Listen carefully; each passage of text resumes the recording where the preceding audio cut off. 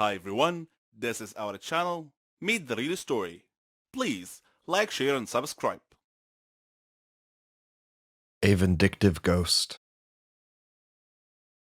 Love is the biggest treasure in my life. Good memories, exciting adventures, happiness, sadness, dreams. All these matter and help people endure suffering in their lives. My name is Alex. I'm 18 years old and currently in the 12th grade. I used to live in a small remote village with my parents. I was their only child. My parents raised me well, educated me, and taught me good manners. I see the fruits of their labor in me in every difficult situation I face. For example, after I was murdered, I knew exactly what to do. Intrigued? Are you eager to hear my story? Let's go. When my father received a promotion, we moved from our small village to the big city. I had many nice memories of that little remote village. I had many friends there that I used to play, joke, and laugh with. I feel like I left half of my soul in that village. My father bought us a nice home in a quiet neighborhood. I liked the place the moment we arrived. Our neighbors were nice, and they offered to help us move in. I liked them all. I felt that I would make many new friends in my new neighborhood.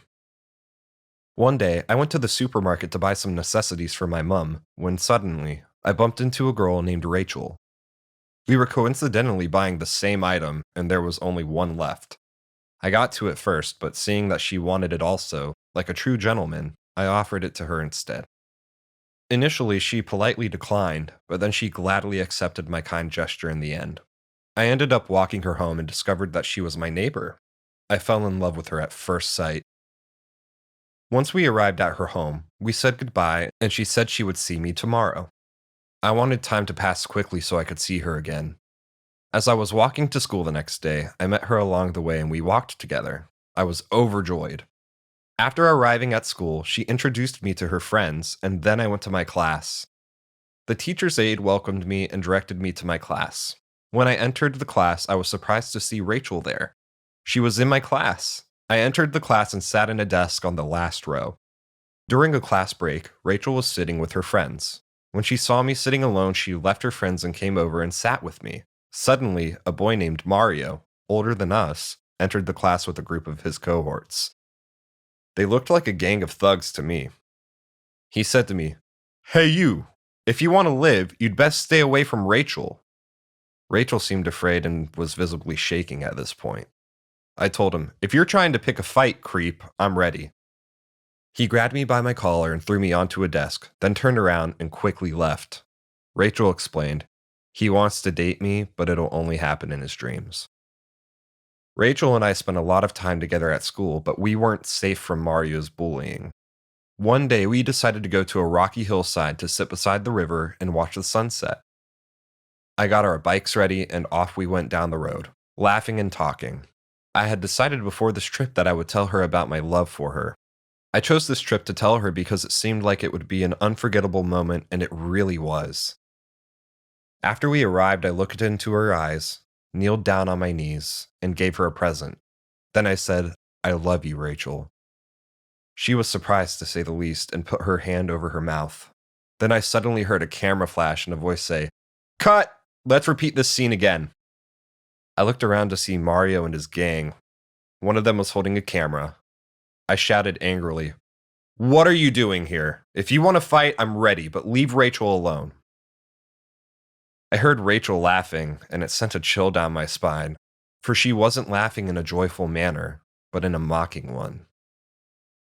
Then she began clapping her hands and said, "You are really brave, Alex, but you are also an idiot." I froze. I couldn't believe my eyes when Rachel walked over and stood beside Mario, smiling. Mario said, "If you had asked around, you would have known that Rachel and I always welcome new students this way. You're our sucker of the week." I spat out, "You're all pigs." I punched him in the face, and he counterpunched me in the stomach. He said, "Do you realize how stupid you are?" I spit in his face, and he became enraged and pulled me towards him by my collar. Rachel tried to stop him. He threw me into the river. The last thing I remember as my head went under the water was Mario's derisive, self-satisfied laughter. When I woke up, I was lying on a wooden bed with an old man sitting beside me. He told me that I had been unconscious for 4 days. I asked him where I was and how I had gotten there. He told me that he found me unconscious floating in the river and that he had rescued me, saved me from drowning. I thought, oh my God, my parents must be so worried about me. I tried to get up and felt an excruciating pain that stopped me. I saw that my leg was broken and that the stranger had bandaged it as best he could. I asked him to call my family. He said he had no telephone, but he offered to visit my family and tell them what had happened and that I was okay. I told him that I would be so grateful if he could do so. I accepted his offer and thanked him. He returned with a newspaper in his hand and had a sad look on his face. I read the paper which said that I was presumed dead, having drowned in the river because they couldn't find my body. I was angry at Rachel and Mario, and also worried for my parents at the same time. I asked the man to please take me home. Then I crept into my home to see my parents sleeping. They were holding a photo of me and looked sad. I didn't wake them, but rather snuck over to Rachel's house. She was speaking on the phone, so I eavesdropped. She was saying, I didn't expect this to happen, but it's all good. Maybe he's in a better place now. What an idiot and a fool he was. Then she laughed. I was pretty upset to hear her mocking laughter without any regret whatsoever of being involved in causing my death. I returned home and encountered my father in the bathroom. When he saw me, he was initially startled and incredulous, but then I hugged him, and he began crying tears of joy. Then Mother woke up and I hugged her too. They asked me what had happened and I told them everything, but I asked them not to reveal that I wasn't dead yet. They asked me why, and I told them I would explain later. I decided to exact some sweet revenge on my would-be murderers. That night, I tacked a letter on Rachel's front door. The next day, she found it and read it. The scribbly handwriting said simply, I'm coming for you. It was signed, Alex's Ghost. After reading it, she immediately looked around to see if anyone was nearby who might have delivered the letter, but there was no one in sight. I sent this same letter to Mario and to each of his gang members too. I sent these letters on a daily basis for several days. Then one day, I took my scheme to the next step. I sent a letter to Mario with Rachel's forged signature and a letter to Rachel with Mario's forged signature. The letters told them to meet each other at the same site where they had killed me. I was hiding in the trees when they arrived. Rachel asked Mario, why did you want to meet me here? He replied, me? You asked me to meet you here. Rachel denied that she had done any such thing. Suddenly, I walked slowly out from the trees and said, I am the vindictive spirit of Alex's soul, and I have come to take my revenge on you two murderers.